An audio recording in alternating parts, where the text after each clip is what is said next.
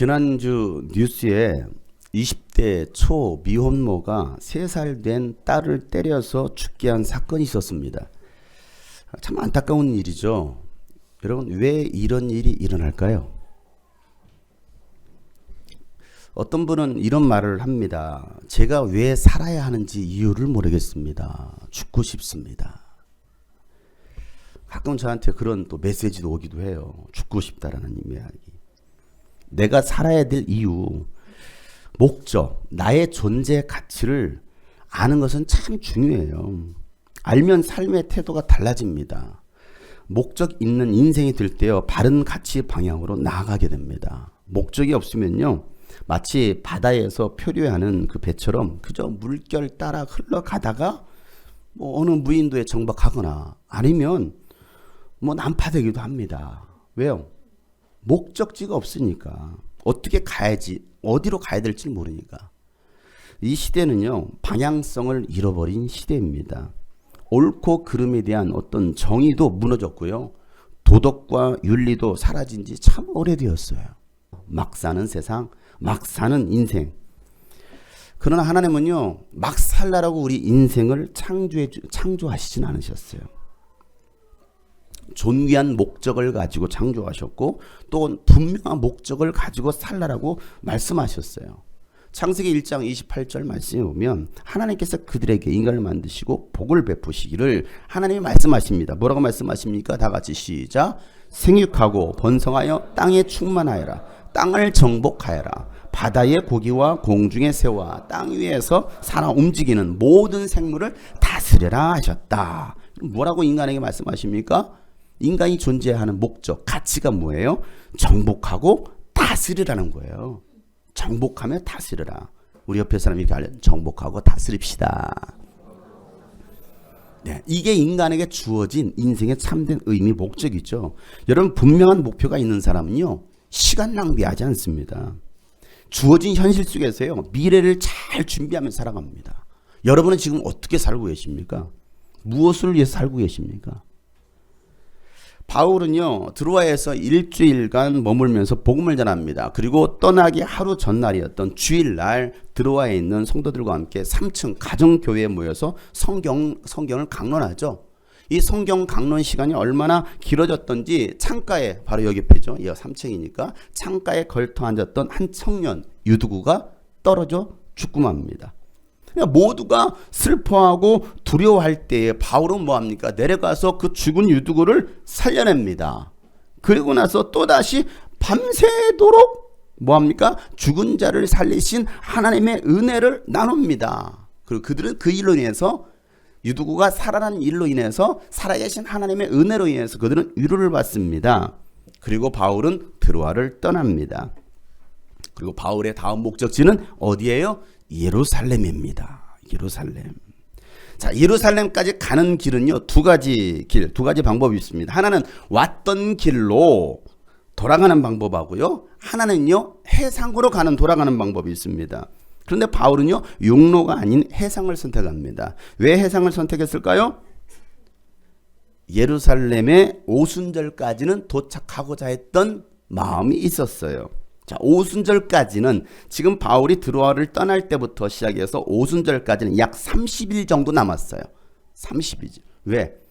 빌립보에서 무교절에 떠났으니까. 무교절이 끝난 다음에 빌립보에서 떠났잖아요. 그리고 드로아라고 들어왔잖아요. 그러니까 계산해 보면 약 30일 정도 남았어요. 자, 육로로 30일 동안, 한 달 만에 육로를 통해서 예루살렘까지 가는 것은 거의 불가능해요. 불가능합니다. 지금처럼 차가 있어도요, 쉽지 않지만요, 참 불가능한 일이에요. 그런데 배를 타고 이동하면 가능성이 있어요. 그래서 배를 타고 이동하기로 결정합니다. 자, 바울의 이동 경로를 오늘 성경을 통해서 한번 보도록 하겠습니다. 자, 사도 20장 13절 말씀 다 같이 한번 읽어보도록 하겠습니다. 시작. 우리는 배에 먼저 가서 배를 타고 아소를 향하여 떠났다. 우리는 거기에서부터 바울을 배에 태울 작정이었다. 바울이 아소까지 걸어가고자 했기 때문에 그렇게 정한 것이다. 자, 여러분, 다른 동역자들, 바울과 함께 동역자들이 있었거든요. 다른 동역자들은 배를 타고 드로아에서 어디까지? 아소까지 갔습니다. 그런데 바울은 혼자 남아서 걸어서 아소까지 걸어갑니다. 왜 혼자서 걸어서 아소까지 갔을까요? 몰라요, 그건. 알 수 없어요. 알 수 없어요. 근데 그 길을 혼자 걸어갑니다. 아소에서 소를 봤나 봐요. 소. 예. 소를 봤다는 설이 있어요. 그걸 어떻게 알았소? 예, 아소죠. 그렇죠? 자, 아소에 도착해서 걸어서 왔어요. 어찌됐건. 걸어서 도착해서 다른 동역자들과 함께 만난 다음에 배를 탑니다. 거기서 배를 타고 어디로 가요? 미둘레네로 갑니다. 거기에 미도리가 살았다고 합니다. 누구네 집이에요? 미둘레네 집이죠. 예, 이 미둘레네로 배를 타고 가죠. 자, 14절부터 15절까지 자 보세요. 자, 시작. 우리는 아소에서 바울을 만나서 그를 배를 태우고 미둘레네로 갔다. 그리고 우리는 거기에서 떠나서 이튿날 기호 맞은편에 이르고 다음날 사모에 들렀다가 그 다음날 밀레도에 이르렀다. 자, 이게 지금 바울의 여정입니다. 자, 미둘레네에서 이틀 걸려서 며칠 걸렸다고요? 배를 타고 이틀 걸려서 기호 맞은편에 도착합니다. 저희가 지난번에 살았던 집이 기호 아파트예요. 자, 이 기호에서 다음날 어디에 들려요? 사모에 들렸다가 사모님을 만나고 다음날 어디로 가요? 밀레도에 도착합니다. 자, 밀레도에 도착하니까 더 이상 밀레도 밀 수가 없어요. 그렇죠? 자, 거기까지 도착하는데 며칠 걸립니까? 약 6일 정도 걸립니다. 지도로 한번 보겠어요. 자, 빌립보에서 어디로? 드로아였습니다. 드로아에서 누굴 살렸죠? 유두구를 살리죠. 여기서 7일간 머물렀었습니다. 7일간 머물고, 자, 다른 동역자들은 배를 타고서 아소로 가고, 바울은 어떻게 합니까? 걸어서 육로로 아소까지 왔어요. 소 있네? 하죠. 자, 그리고 배를 타고서 어디로 옵니까? 미둘레네로 옵니다. 미둘레네로 왔습니다. 자, 미둘레네에서 어디로 가죠? 기호까지 또 배를 타고 옵니다. 그리고 기호에서 어디로 갑니까? 사모에서 누굴 만나요? 사모님을 만나네요. 자, 그리고 밀레도까지 오는 여정이었어요. 오늘 말씀 바로 여기입니다. 여기서 에베소가 어디 있어요? 에베소가 이 위쪽에 있다는 것만 기억하시면 됩니다. 이렇게. 이런 코스로 온 이유를 16절에 자세히 설명하고 있어요. 16절 한번 보세요. 16절. 왜 이런 코스로 오게 되었는지 다 같이 시작. 이런 행로를 취하는 것은 바울이 아시아에서 시간을 허비하지 않으려고 에베소에 들르지 않기로 작정하였기 때문이다. 그는 할 수 있는 대로 오순절까지는 예루살렘에 도착하려 서둘렀던 것이다. 그러니까 오순절까지 예루살렘까지 가려면 육로로 가서는 도저히 불가능하니까 배로 해서 지름길로 오게 되는 겁니다. 자, 바울은 밀레도에 도착해서 에베소로, 아까 위쪽이 있었죠? 에베소로 사람을 보냅니다. 그리고 거기에서 교회 장로들을 부릅니다. 자, 사람을 보내서 에베소에 있는 장로들을 내려오게 하는데요. 장로들이 오니까 바울이 중대한 이야기를 해요. 굉장히 중요한 이야기를 합니다. 자, 18절 말씀 다 같이 어떤 말을 하는지 시작. 장로들이 오니 바울이 그들에게 말해요. 여러분은 내가 아시아에 발을 들여놓은 첫날부터 여러분과 함께 그 모든 시간을 어떻게 지내왔는지를 잘 아십니다. 자, 에베소에서 온 이 밀레도까지 온 그 장로들에게 하는 이야기가 내가 여러분과 이 아시아에 처음 들어왔을 때, 자, 아시아는 2차 선교 여행 때 바울이 처음 방문했고요. 에베소 교회에도 2차 선교 여행 때 잠시 들렸다가 3차 선교 여행 때는 몇 년 동안? 3년 동안 그곳에서 머물고 교회를 세웠다고 했습니다. 자, 장로들은요, 바울이 어떻게 사역했는지를 잘 알고 있었어요. 내가 어떻게 사역했는지, 내가 이 아시아에 처음 들어왔을 때부터 내가 어떻게 사역했는지 여러분 잘 알고 있습니다. 이 가운데도 제가 어떻게 사역했는지를 잘 알고 계시는 분들이 계셔요. 어떻게 사역했는지를. 뭐 최근에 오신 분들은, 아니 뭐 1, 2년 되신 분들은 제가 어떻게 그동안 사역했는지를 잘 모르시겠죠. 우리 교회 11년 됐거든요. 11년 동안 함께한 지체들도 있습니다. 또 그 이상으로 함께했던 지체들도 있습니다. 제가 어떻게 사역했는지 그들은 잘 알 겁니다. 바울도 그 이야기를 하고 있습니다. 바울은요, 자신의 사역을 이렇게 고백합니다. 19절에 다 같이 시작. 나는 겸손과 많은 눈물로 주님을 섬겼습니다. 그러는 가운데 나는 또 유대 사람들의 음모로 내게 덮친 온갖 시련을 겪었습니다.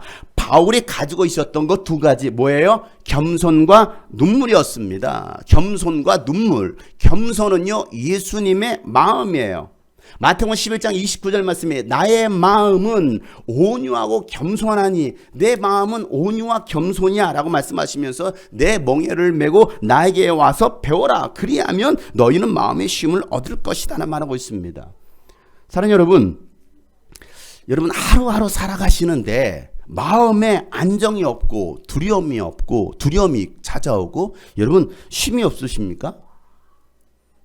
어떻게 하면 여러분 쉼을 얻을 수 있나요? 가정에 들어가도 뭐 직장이나 일터나 아니면 학교 어디 사회 속에 들어가도 마음에 참 안정이 없어요. 쉼이 없어요.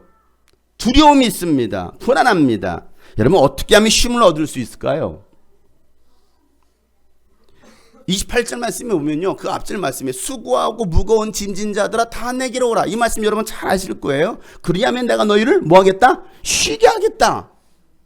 뭐 가정에도 걸어놓고 교회에도 걸어놓습니다. 수고하고 무거운 짐진 자들아 다 그렇게 수고하는 사람들이거든요. 무거운 짐을 지고 살아가고 있거든요. 뭔가 모르게 그 짐에 눌려 살아가고 있는 거예요. 그러다 보니까 너무 눌리면 한숨이 나와요. 답답하니까 왜 해결되진 않고 우리가 수고하고 무거운 짐진 자들아 다 내게로 와라. 그럼 내가 너희를 쉬게 하겠다. 얼마나 여러분 좋은 말씀이에요. 그잖아요. 이 말씀에 위로를 받습니다. 사람들이. 이 말씀처럼 그저 예수님께 나오면 쉼을 얻을 거라고 생각합니다. 그런데 여러분 아니에요. 왜? 이 구절에 이렇게 말하고 있거든요. 너희가 마음의 쉼을 얻길 원하느냐? 그러면 진짜 쉼을 얻길 원한다면 하시면서 방법을 자세히 가르쳐 주시는데요. 예수님의 멍에를 메고 예수님께 배우라는 거예요. 그러면 너희가 쉼을 얻을 거라는 거예요. 그저 예수님께 나온다고 쉼을 얻는 게 아니고 교회에 와서 앉아있다고 쉼을 얻는 것이 아니라 나에게로 와라. 그 다음에 나의 멍에를 너희들이 메고 나에게서 배우라 라고 말씀하고 그러면 너희가 참 쉼을 얻을 수 있을 것이다 라는 말하고 있어요. 여러분 겸손이 뭘까요? 그저 이렇게 고개 숙이는 것이 여러분 겸손일까요? 아니 저는 아무것도 할 수 없어요 라고 말하는 게 여러분 그게 겸손일까요? 겸손은요 말이 아니고요 멍에를 메는 겁니다. 이게 겸손이라는 거예요. 멍에를 맨다라는 게 무슨 말이에요? 여러분 멍에를 누구에게 메웁니까? 짐승에게 아니면 또 누굽니까? 노예들에게 메우는 것이 바로 멍에예요. 멍에. 예수님은 멍에를 메신 분이십니다. 스스로 뭐가 되셨다라는 거예요? 노예가 되셨다라는 거예요. 짐승 취급당하셨다라는 겁니다. 왜? 예수님은 한 마리 어린 양으로 오셨거든요. 하나님의 아들이 그 자리를 내려놓고 노예가 되신 거예요. 이게 겸손이라는 거죠. 그리고 스스로 멍에를 메신 거예요. 여러분 누군가가 여러분에게 무거운 어떤 멍에를 쥐어주면 여러분 어떻게 하시겠어요? 여러분이 원치 않아요. 그런데 누군가가 여러분에게 그 멍에를 쥐어주는 거예요. 아니 하나님이 여러분에게 멍에를 쥐어주면 여러분은 어떻게 하시겠어요? 벗어 던지시겠습니까? 이 무거운 걸 왜 주셔요? 이 거추장스러워. 힘든데 왜 어깨도 아픈데 이 멍에를 저에게 지우십니까? 라고 말씀하시겠어요? 아니면 여러분 순종함으로 지시겠습니까? 그런데 여러분 예수님의 멍에가 여러분 어떤 것인지 아셔요? 예수님 멍에 생각하니까 멍에 30절 이렇게 말합니다. 또 예수님께서 정말 참 친절하셔요. 예수님은 30절 이렇게 또 소개해 주십니다. 내 멍에는 편하고 내 짐은 가볍다. 뭔 소리야? 여러분 멍에가 편해요? 멍에가 여러분 편합니까? 내 짐은 가볍다. 여러분 예수님과 함께하는 사람, 예수님 안에 거하는 사람은요 예수님의 멍에가 오히려 편합니다. 그리고 짐도 가볍습니다. 이해가 안 되셔요? 왜 그럴까요? 예수님이 대신 그 멍에를 지고 계시거든요. 예수님이 그 짐을 예수님이 들어주고 계시거든요. 지금 혜림이가 다 커가지고 17살이 됐는데요. 혜림이가 어렸을 때 제가 무거운 짐을 들어보라고 시켰어요. 무거운 짐이에요. 대신 아빠가 무거우면 조금 도와줄게 라고 말했습니다. 혜림이가 무거운 짐을 들려고 할 때 제가 옆에서 딱 들어줍니다. 어때 들만해? 어때 들만해? 혜림이 뭐라고 말하는지 알아요? 아빠 손 놔. 안 무거워. 내가 다 들 수 있어 라고 말을 합니다. 사실 제가 더 엄청난 힘 하나도 안 들인 것처럼 하면서 엄청난 힘을 들여서 들고 있거든요. 그러니까 혜림이는 그냥 손만 얹었을 뿐이에요. 그러니까 들을 만하거든요. 아빠 손 놔. 아빠 내가 들을 수 있어 라고 말합니다. 물론 혜림이도 나름대로 힘을 쓰고 있어요. 그죠? 나름대로. 근데 여러분 혼자 들려고 해보세요. 들 수 있을까요? 못 듭니다. 초등학교 2학년이 되었는데요. 조금만 그래도 아빠 다리 아파. 이제 9살이나 먹었는데 아빠 다리 아파 하면요 제가 없고요 2층 집까지 올라가요. 2층 집까지. 초등학교 2학년 때 이스라엘 데리고 갔었거든요. 제 아내 대신에. 그 광야길을 업고 다녔어요. 아빠 다리 아파 업고 다녔어요. 여러분 아빠와 함께 할 때 멍에는 편하고 짐은 가벼운 것입니다. 누구와 함께 할 때요? 하나님 아빠와 함께 할 때 그때 그 멍에조차도 편하대요. 그 무거운 짐이 아니라 가벼운 짐.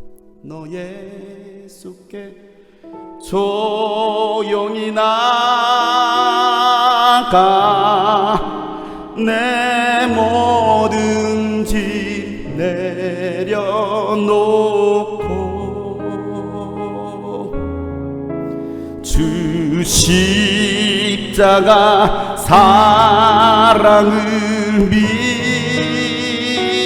믿어 죄사함을 너 받으라. 주 예수께 조용히 나가 내 마음을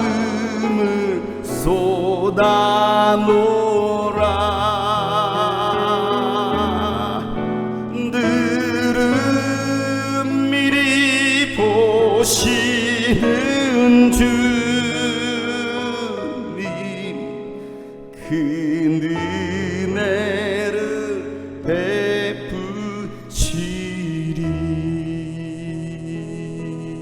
베푸시리. 주 날개 아래서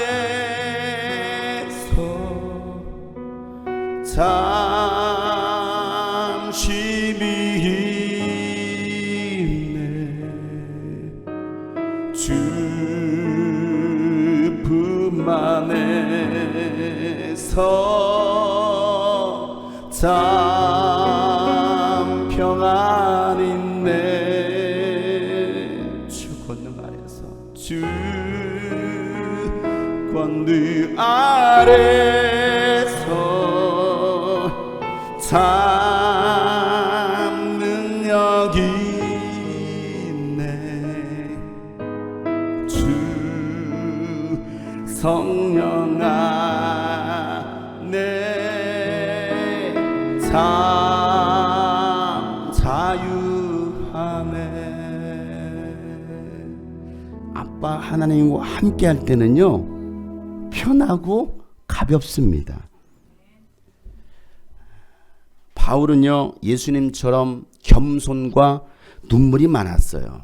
성도들을 생각하면서 편지를 쓰면서도 눈물을 흘려요. 뚝뚝 눈물을, 편지지에 눈물을 뚝뚝 떨어뜨리면서 복음을 전하면서도 늘 울면서 말씀을 전하는 거예요.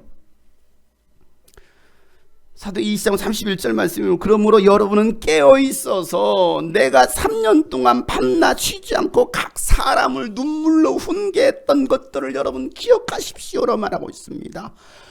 우리 주님이 꿈꾸신 성도들이여 깨어있으시길 바랍니다.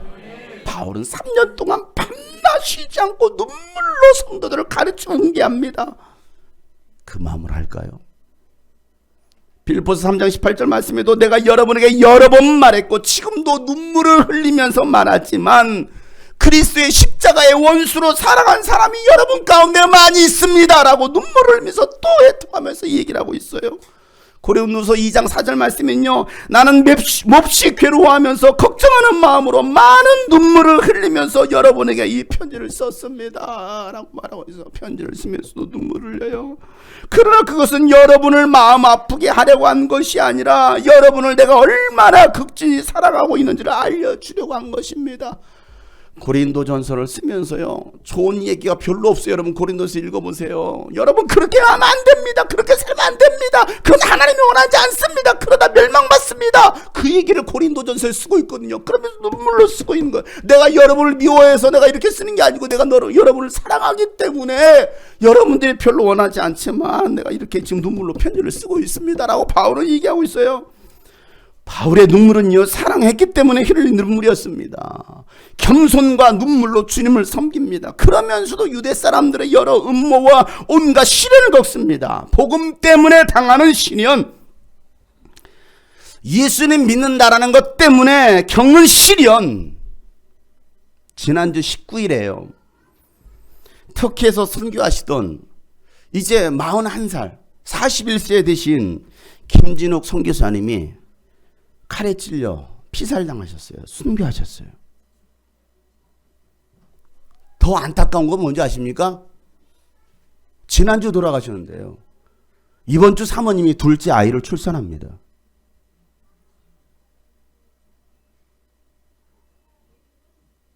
그 먼 나라에 가서, 남의 나라 가서 예수 그리스도 복음 전한다고, 아니 사랑하는 태어난 아이도 보지 못한 채 피살을 당해서 죽임을 당했어요. 선교사의 삶이에요? 아니 예수 믿는 자의 삶입니다. 바울은요, 자신의 몸도 돌보지 못한 채 오직 예수 그리스도의 복음을 전하는 일에 목숨의 위험을 감수하면서 이 나라 저 나라로 다닙니다. 예수님이 생명을 버리신 것처럼 바울도 그 생명을 조금도 아까워하지 않는 거예요. 자신의 목숨조차도 조금도 귀한 것으로 여기지 않는 바울의 삶이죠. 아픔 많은 세상에 주의 복음 들고 부르시 따라갑니다. 슬픔과 고통이 가득한 이 땅에 눈물을 닦아주려. 어쩌면 내 삶을 전혀 돌볼 수 없을지 모르겠지만 나를 보내시고 무너진 그 땅에 내 생명 묻으소서. 지난주에 그 선교사님은 장례식을 했어요. 장례식을 하시고 어디에 묻힐까요? 여러분은 어디에 묻히시기를 원하십니까? 아니 여러분 죽었을 때 여러분 비문에 뭐라고 새겨지기를 원하십니까? 이 땅에 태어나서 잘 먹고 잘 싸고 그러다가 죽었다.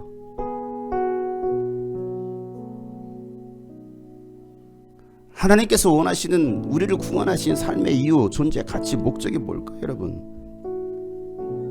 아니 예수님 때문에, 신앙 때문에, 아니 교회 지키는 것 때문에, 하나님 나라를 세우는 것 때문에 그냥 내 목숨조차도, 때로는 건강도 잃어버릴 수 있는, 어쩌면 내 삶을 전혀 돌볼 수 없을지 모르겠지만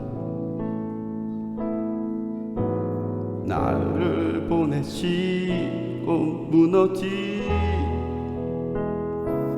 그 땅에 내 생명 묻으소서. 주님의 나라가 세워지는 것이 나의 평생 소원. 주님의 교회가 이곳에 세워짐이 마지막 호흡이, 마지막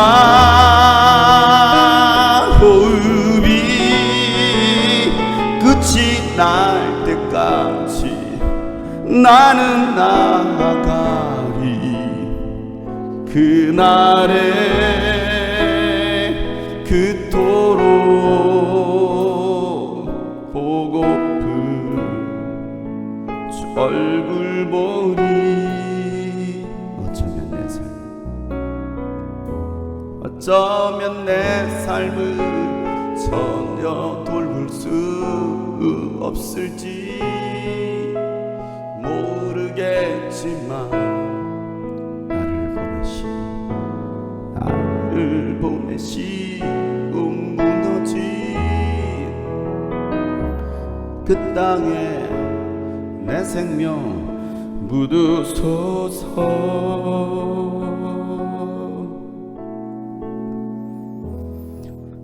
바울은요, 유익한 것이면 하나도 빼놓지 않고 성도들에게 전하고 어디서든지 그 성경을, 예수님의 진리의 말씀을 가르쳤다라고 얘기하고 있습니다. 오늘 20절에 나는 또한 유익한 것이면 빼놓지 않고 여러분에게 전하고 공중 앞에서나 각 집에서 여러분을 가르쳤습니다. 성도들 입맛에 맞는 설교하지 않았다라는 겁니다. 듣기 좋은 이야기, 귀를 즐겁게 하는 설교를 하지 않았다는 것입니다. 영혼에 유익한 말씀, 하나님이 하신 그들의 말씀을 가르쳤습니다. 때로는 그 말씀이 듣기엔 부담스러운 책망의 말씀이었고 또 위로와 격려의 말씀이었어요. 성도들을 위해서 영혼을 살리는 말씀을 빼놓지 않고 전합니다.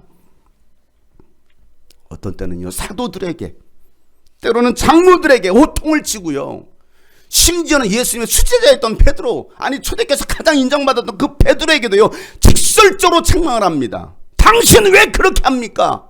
하나님이 그렇게 말씀하지 않았는데. 어떻게 그렇게 할 수 있었을까요? 그게 사는 길이고 살리는 길이었기 때문이에요. 사랑에서 나온 가르침이었습니다.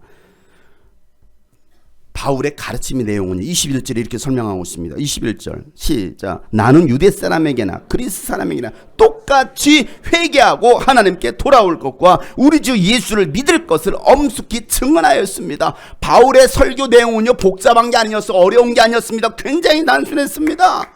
대상이 누구든지 똑같이 그게 유대인이냐 헬라인이냐 아무 상관없다는 것입니다. 회개하고 하나님께로 돌아오라고 선포합니다. 그리고 주 예수를 믿으라고 엄숙히 증언했습니다.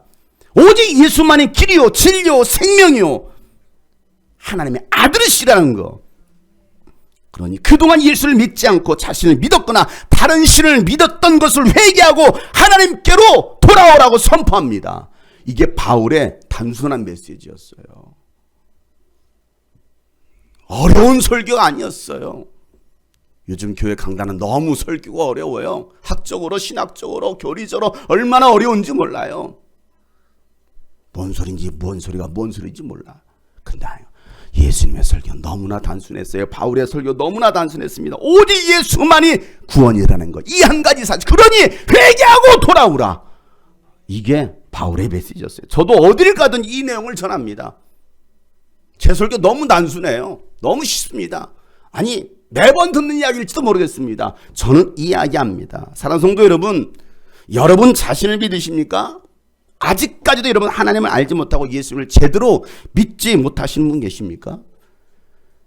예수님만이 참 신이십니다. 예수님을 통해서만 천국에 갈 수 있습니다. 이 세상 다른 어떤 방법으로도 어떤 이름도 우리를 구원할 수 없어요. 오직 예수 그리스도의 이름만이 우리를 죄에서 구원하고 천국으로 인도할 수 있습니다. 그 예수 이름을 믿으시길 바랍니다. 예수님을 구주로 영접할 수 있기를 바랍니다. 언제까지 우리가 그 예수를 인정하지 못하겠느냐고요. 여러분 정말 예수를 인정하고 영접하기를 원하시면 저를 따라 크게 한번 고백해 보세요. 예수 그리스도 살아계신 하나님의 아들이십니다.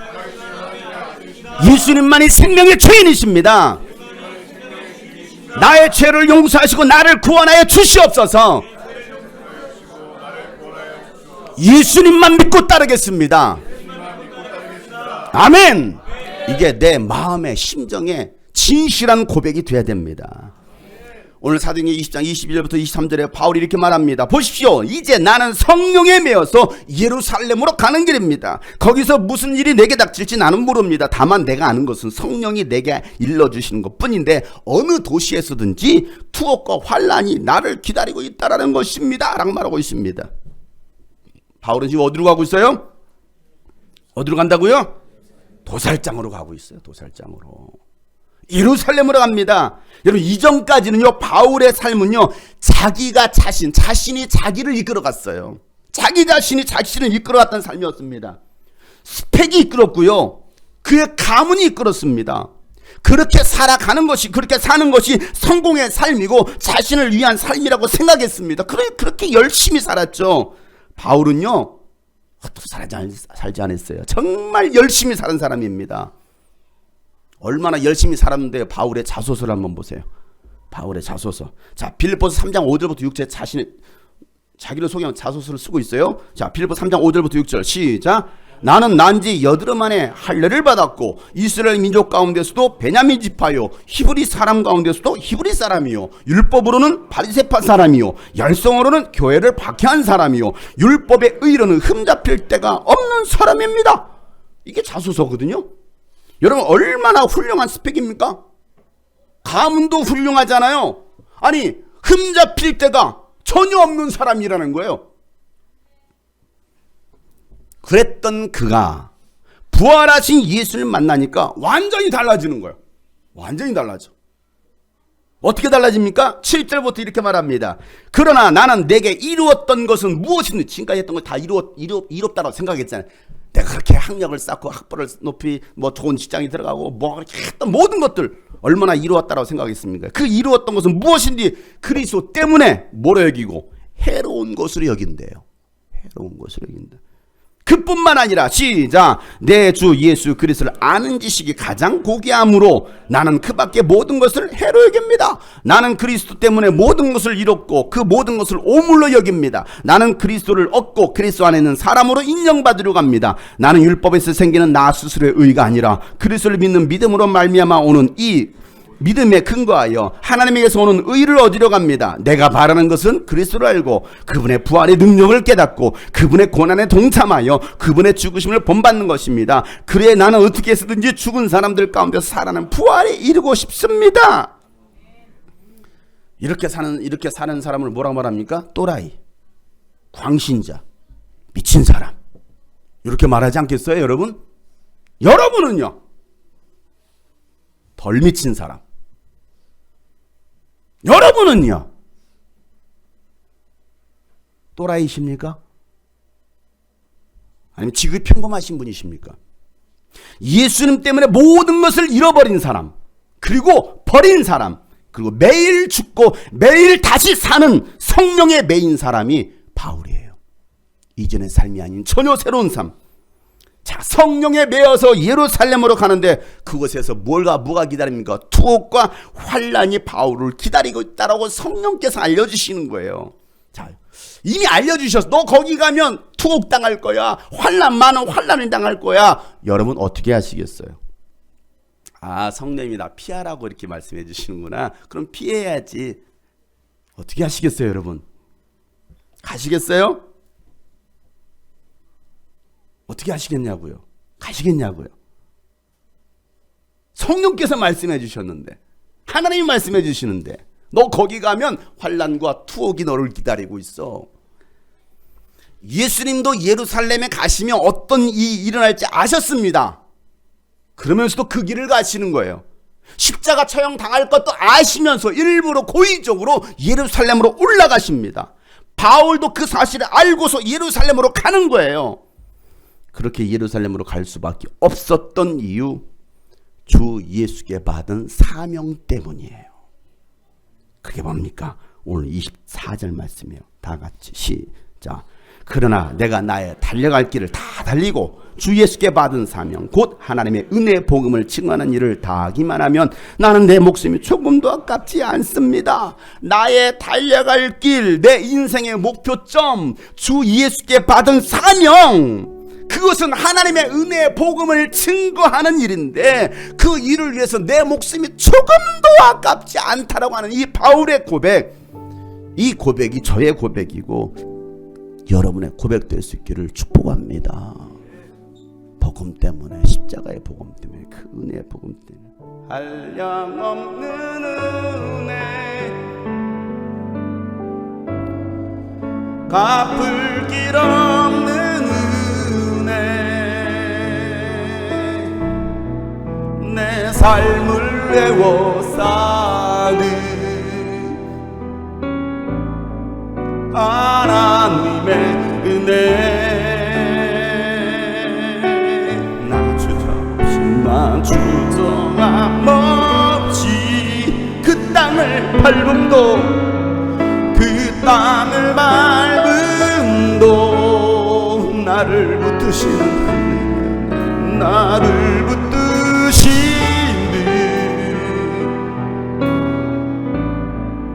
하나님의 은혜.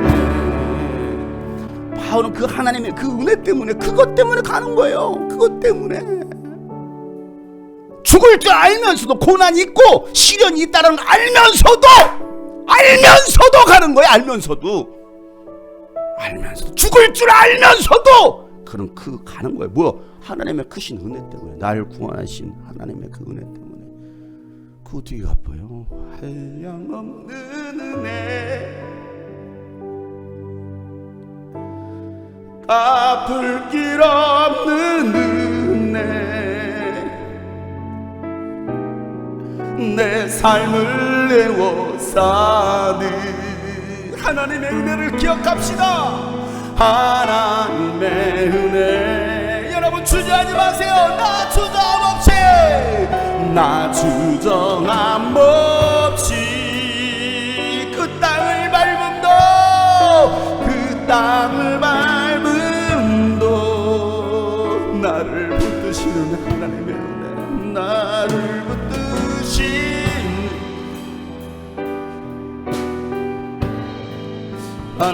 여러분, 하나님께서 베푸시던 그 하나님의 은혜를 기억합시다. 여기까지 인도하신 그 하나님의 은혜를 기억합시다. 한량없는 은혜, 갚을 길 없는 은혜, 내 삶을 내워 사는, 내 삶을 내워 사는 하나님의 은혜. 나 주저하지 말고, 나 주저함 없이 여러분 그 땅을 향하여 나갑시다. 그 땅을 밟음도 나를 붙드시는, 나를 붙드시는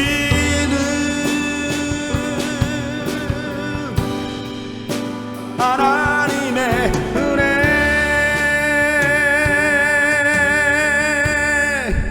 나를 붙드시는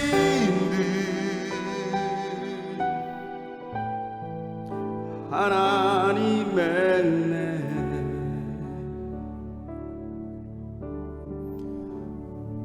지난주에 파라과이에 계시는 선교사님으로부터 연락이 왔어요.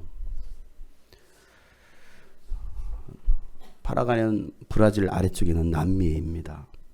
이번에 2006년도 유스비전 캠프가 시작한 그 해에 여름 캠프에 원주에서 학생들을 데리고 오신 분이에요. 그때는 한 20여 명 데리고 왔어요. 그때 전도사님으로 계셨는데 아내도 데려오고 또 아이들, 자녀들 셋도, 이제 꼬맹이 정말 애기들 셋도 데리고 왔어요. 그 2006년 여름 캠프에 얼마나 큰 은혜를 받았는지 2007년도도 2008년도 여름에도 학생들을 캠프에 데리고 가는 거예요. 근데 캠프 참석할 때마다 처음에는 20여 명, 그 다음에 40여 명, 그 다음에 50여 명이 막 대형 버스로 오는 거예요. 참석할 때마다, 학생들이 참석할 때마다 그 교회 막 배로 부흥의 역사가 일어나는 겁니다.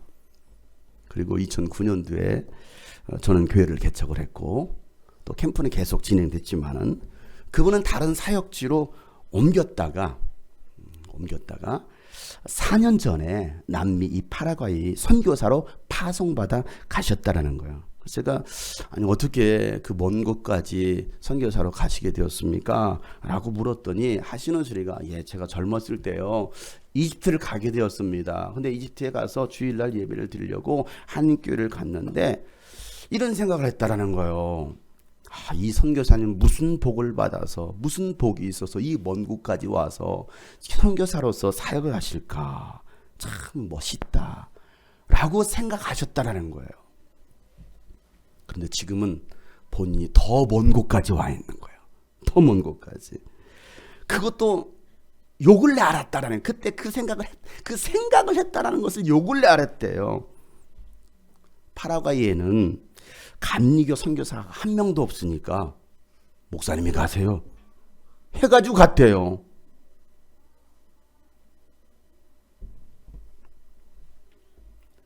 그러면서 저한테 하시는 소리가, 목사님, 파라과이는요 한국에서 반대편, 한국에서 땅끝입니다. 동쪽으로 가도 서쪽으로 가도 정반대편에 있는 나라. 비행기로 보통 40시간, 두세 번 경유를 해서만이 갈 수 있는 나라. 너무 멀어서 오지도 않는데요. 방문하지도 않, 너무 멀어서. 또 그분들도 한국에 가고 싶어도 너무 머니까 갈 수가 없대요. 그리고 하시는 소리가, 이곳에 계신 선교사님들, 한국 선교사님들이 계시는데 많이 지쳐 있습니다. 그러니 목사님, 파라과이에 오셔서 불을 좀 지펴주세요. 이 땅을 좀 밟아주세요. 꾹꾹 눌러주세요. 처음부터 드리고 싶었는데 너무 머니까 너무 머니까 차마 부탁을 못 드리겠었습니다. 목사님이 꼭 오시기를 기도하고 있겠습니다. 그런 옆에 그 이야기를 듣고 있던 아내 사모님께서 목사님께 이 말은 꼭 전해주세요 하면서, 목사님 정말 멀어요, 이거 꼭 전해달래요. 정말 멀어요. 그리고 또 한 가지, 여기는요 아무것도 없어요. 아무런 유적지도 없고 높은 건물도 없고 볼 거 아무것도 없어요. 산도 없어요. 물도 없어요. 아무것도 없습니다. 이곳이 바로 파라과이예요. 저는 그 선교사님하고 통화하면서 한국에서 땅끝이란 말에 조만간 가겠습니다, 기도해 주세요. 우리는 땅끝까지 이르러 내 증인 되리라 라는 고백. 주님, 땅끝까지 가겠습니다. 대한민국 땅끝 해남 말고요.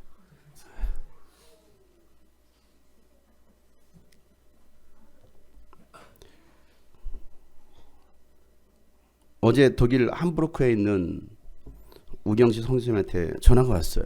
안부차 전화했다 하시면서 하시는 이야기가, 매년 겨울에 12월 달에 성탄절 지나고 나서 유럽 연합 청소년 캠프를 진행하잖아요.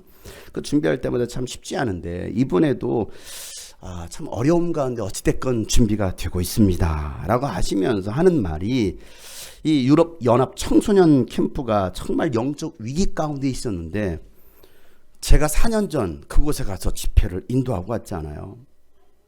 그 계기가 유럽 청소년 캠프의 마중물이 되었대요. 목사님이 유럽 청소년 캠프의 마중물이 되셨습니다. 이런 마중물이 뭔지 아셔요? 마중물. 잘 모르시는 분들 계시죠? 옛날에 막 이거 있어요. 펌프질하는 거 있어요. 막 해야 하는데, 이 펌프질 하려면 물 한 바가지가 있어야 돼요. 이걸 마중물이라고 합니다. 이걸 집어넣고서 막 해야 이렇게 물이 나와요. 이게 없으면 아무리 해도 안 돼요. 아무리 해도 안 된다는 거예요. 이 마중물이 목사님이 되어주셨습니다. 아유, 제가 뭐라고요. 작년에 또 와달라고 해서 우여곡절 끝에 갔잖아요. 하시는 소리가, 작년에도 오셔서 2번씩이나 이 캠프 오시나 마지막 구원투수로 제가 왔대요. 그분이 하는 말이, 마지막 구원투수로 오셔서 살려주셨습니다. 이 유럽 땅을. 많은 분들이 그것에서 감사해하고 있습니다 라는 내용이었어요. 저는 작년에 갔다 오고 다시는 안 간다, 치사하고 더러워서 라는 생각을 했거든요. 그런데 목사님이 마중물 되어주셨고 구원투수로 오셔서 우리를 살려주셨습니다. 감사합니다. 아이들도 그것을 추억하고 감사해하는 아이들도 참 많습니다 라는 얘기였어요. 아유, 제가 뭐라고요. 저는 그저 순종했을 뿐이고, 또 그들과 함께 가서 이 복음 전한 거예요. 회개하라, 돌아오라는 거예요. 예수 믿으라는 얘기했습니다. 그들과 함께 웃고 울었을 뿐이거든요. 그런데 하나님이 일하시는 거예요. 그 일에 여러분들이 기도해 주셨고 또 물질로 헌신해 주셨기 때문에 가능했던 일입니다. 모든 사역들이, 이스라엘 집회도 마찬가지죠. 여러분, 파라과이 이 집회도 마찬가지일 거예요. 여러분의 절대적인 동역이 필요하겠죠. 하나님은요, 오늘도 이 바울과 같은 한 사람을 찾고 계십니다. 바울과 같은 한 사람. 어제는 악동 뮤지션 아버지 여러분 아시죠? 선교사님. 그 선교사님하고 또 연락을 했어요. 내년에 우리 교회 한번 오시라고. 그리고 집회도 한번 우리 오시라고. 아유, 근데 제가 가서 무슨 얘기 하겠습니까? 아닙니다. 오셔서 말씀 전해주시면 참 도전이 될 겁니다. 예, 알겠습니다. 하나님은요, 무명한 사람, 무명한 한 사람을 찾고 계셔요. 아무것도 아닌 자인 그 한 사람을 찾고 계십니다. 저 아무것도 아닌 자이거든요. 그렇잖아요. 뭐 내서 이렇게 우리 교회가 몇천 명, 몇만 명 모이는 것도 아니고, 그렇잖아요. 뭐 제 이름이 막 얼마나 많이 알려서 뭐 제가 뭐 인기 스타도 아니고 아무것도 우리를 그냥 이 군포 시골 아무도 알아주지 않는 군포 이곳에서 우리는 그냥 예배하고 있을 뿐인데, 저도요 포기하고 싶을 때, 다 내려놓고 싶을 때 없겠습니까? 매 순간 찾아옵니다. 매 순간. 나는 아무것도 아닌 그저 연약한 죄인이라고 생각할 때요, 다시 이 말씀을 묵상합니다. 왜? 이 말씀이 저에게 주신 말씀이었거든요. 이 말씀 불고 다시 내가 또 용기를 또 내어보는 거예요. 나의 달려갈 길과 주 예수께 받은 사명, 곧 하나님의 은혜의 복음을 증언하는 일에는 나의 생명조차 조금도 귀한 것으로 여기지 아니하노라. 라는 이 말씀. 언제까지입니까? 언제까지 가야 됩니까? 언제까지 해야 됩니까? 라는 수많은 질문들, 고민들. 바울도 그랬을 거예요. 바울이 교회를 세웠는데 고린도 교회가 흔들리고 넘어지고 성도들 떠나고 막, 바울 교회는 안 그랬나요? 바울은 또 오죽합니까? 순회 선교사인데, 순회 목사인데, 여기에 문제 터지고 저기에 문제 터지고 막 수많은 문제들이 터질 때마다, 그럼에도 불구하고 바울이 예루살렘에 가야 될 이유, 로마로 가야 될 이유 단 한 가지예요. 하나님께서 주신 그 은혜의 복음 때문에 바울은 간다라고 하는. 저도 그냥 하나님 여기까지 하겠습니다. 저의 능력은 여기입니다. 나 손 들겠습니다. 저는 여기까지만 하겠습니다. 할 때마다, 야, 내가 너에게 준 이 말씀 있잖아. 사도행전 20장 24절 말씀, 나의 달려갈 길과 주 예수께 받은 사명. 너의 달려갈 길 있잖아. 네가 달려갈 길 있다고 너에게 주어진 사명이 있잖아. 곧 하나님의 은혜의 복음을 증언하는 일에는 너의 생명조차 조금 더 귀한 것으로 여기지 않겠다라고 너 고백했잖아. 나 그 고백 들었다니까. 그 고백 들었어. 그러면 저는 다시 또 가야죠. 그러면은 가야죠. 아픔 많은 세상에 주의 복음 들고 부르시 따라갑니다.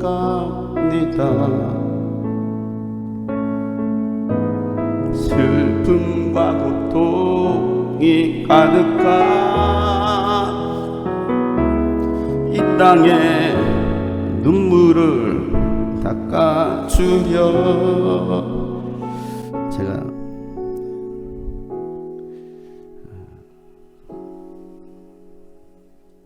엊그저께 딱 생각해보니까, 제가 예수를 인격적으로 만나고 성령을 받고 정말 새롭게 신앙생활을 시작한 지 32년 됐더라고요. 32년 전에 제가 이 길을 가겠다라고 하나님 앞에, 하나님 제가 이 길을 가겠습니다 하고서 지금까지 걸어가고 있어요. 뛰어가야 되는데 걸어가요. 이제 지쳤나. 그러면서 제가 다음 세대에 대한, 한국교회에 대한, 또 세계 열방교회에 대한 무너져가는 한국교회를 바라보고, 강단에서 하나님의 말씀이 제대로 선포되지 못하는 그런 모습들, 한국교회의 부패와 타락, 또 목회자들의, 또 성도들의 적당히 세상과 타협하라는 그들의 모습, 그거에 분노를 느끼고, 그 분노 때문에, 사실은 그 분노 때문에 하나님, 제가 가서 뭔가를 해보겠습니다. 주의 교회를 세워보겠습니다 하고 사실은 제가 이 길로 들어섰거든요. 그리고 이 땅에 있는 다음 세대들, 우리 어린이들, 청소년들, 청년들, 우리 청년들도 말은 안 하지만은 다들 힘든 거 알아. 우리 청소년들도 말할 것도 없고 이 사회가 여러분을 그렇게 끌고 가고 있어. 여러분 끌려다니는 인생들이야. 그러니까 더 힘들죠. 끌려다니니까. 다들 말할 수 없는 아픔과 고통. 우리 성도 뭐 어른들은 마찬가지 아닙니까? 그래서 하나님 제가 이 사역을 하겠습니다. 다음 세대를 살리는 사역, 우리 한국교회를 깨우는 사역을 감당하겠습니다. 또 세계 열방 모든 민족 땅끝까지 주의 복음 들고 가겠습니다 라고 고백하고 가는 그 길 가운데 아파하고 있는 그들 모습을 볼 때마다 기도해주면 그들의 눈물을 흘리고 울고 하는 그들의 모습 속에 어린 아이들도 그러잖아요. 어린 아이들도 눈물을 흘리는 그 모습 보면 하나님이 저에게 가서 저들의 눈물을 닦아줘야지 라고 하나님 말씀하셔. 그들의 눈물을 닦아요.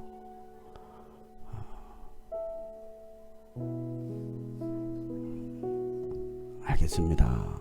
그런 눈물을 닦아줄 수 있는 그런 목사가, 선교사가 되겠습니다.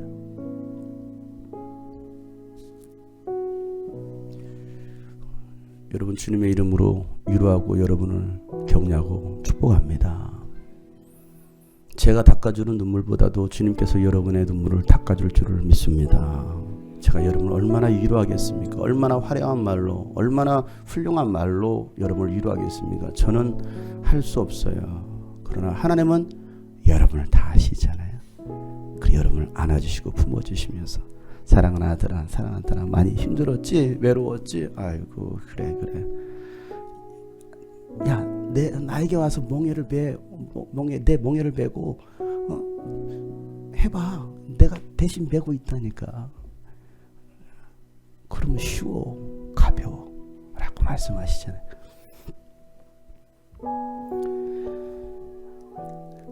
우리가 함께 이 그리스도의 은혜의 복음 때문에 힘들어도 버티고 견디고 나아갈 수 있는 제가 또 여러분이 되었으면 좋겠어요. 품 많은 세상에 주의 복음 듣고 부르시 따라갑니다. 슬픔과 고통이 가득한 이 땅에 눈물을 닦아주려 어쩌면 내 삶을 전혀 돌볼 수 없을지 어쩌면 내 삶을 전혀 돌볼 수 없을지 모르겠지만 나를 보내시고 무너진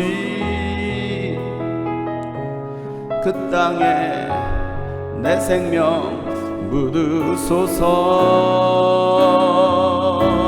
주님의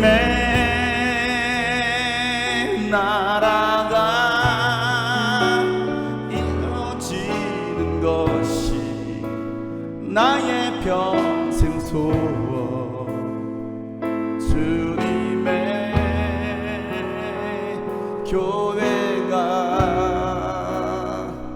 이곳에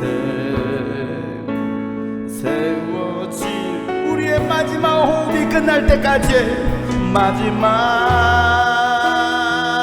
호흡이 끝이 날 때까지 나는 나아가리. 그날에 그토록 그렇습니다. 내가 그날에 주님의 얼굴을 보기 원합니다.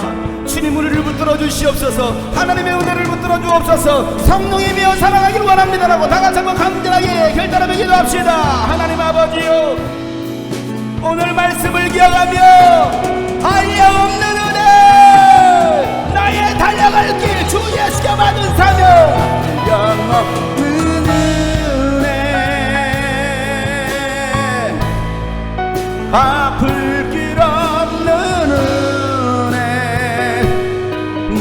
삶을 내고 사는 내 삶을 내고 사는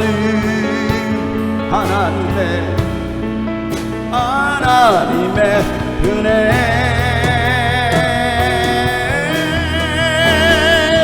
나 주저없이 그 땅을 밟은 또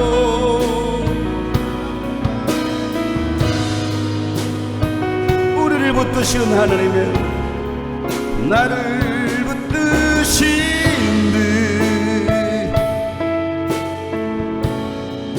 하나님의 은혜 나를 붙드시는 하나님의 은혜 나를 붙드신 듯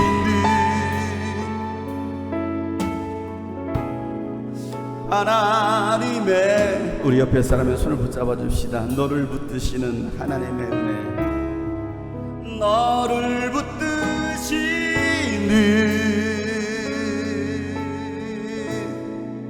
하나님의 은혜 우리 주님이 여러분에게 말씀하십니다. 이렇게 말씀하십니다. 사랑한다 내 아들아 내가 너를 사랑한다 사랑한다 내 딸들아 사랑한다 내 딸들아 너는 나의 사랑이라 너는 나의 사랑한다 내 아들아 사랑한다 내 아들아 내가 너를 사랑한다 내 딸들아 사랑한다 내 딸들아 너는 나의 우리 아들들 한번 축복할까 우리 형제들을 축복합시다. 사랑한다 내 아들아 사랑한다 내 아들아